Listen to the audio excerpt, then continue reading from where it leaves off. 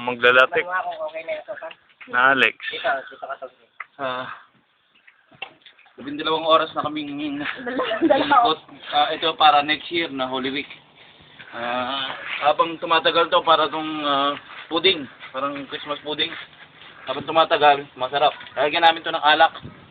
May alak to, iba-iba. Brandy, tuba, meron pang tequila, tsaka beer. Tapos, ang pinakamasarap dito, lalagyan mo ng pasas, tsaka ube, tsaka langka. Pero wala kami nun lahat. Kaya ito na lang. Ito na lang ang ginawa namin. Biko. Biko ba to? Mamaya magiging ube to. Bubugbugin namin to eh. Pag binugbog mo, magiging ube. Yan. Pare, pakilagay nga ng kalan. Wala na mga puwis. Yan. Hanggat hindi pa, nalalaglag pang ganyan, sabi niya, hindi pa luto. Pag ginanong mo na, tapos hindi na matanggal yung kahoy, luto na yan. Kaya niya, pagluluto nun. Yan.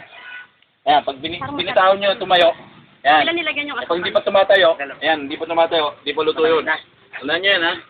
Dapat kailangan yung apoy talagang nag-aapoy. Kung hindi nag-aapoy yan, walang mangyayari. Ayun, tatlo yung supot mo. Yan. Yan, tapos yung pawis nyo, gagaling nyo. Dalawa. Makakadagdag yun ng alat. Kung may konting alat, tapos maraming sabaw. Kalahati lang. Yan, iyan yung ganyan, ha? Apat nilagyan. Pakasarap po yun. Dalawa ka lang. Tapos, Yan ang biko niya.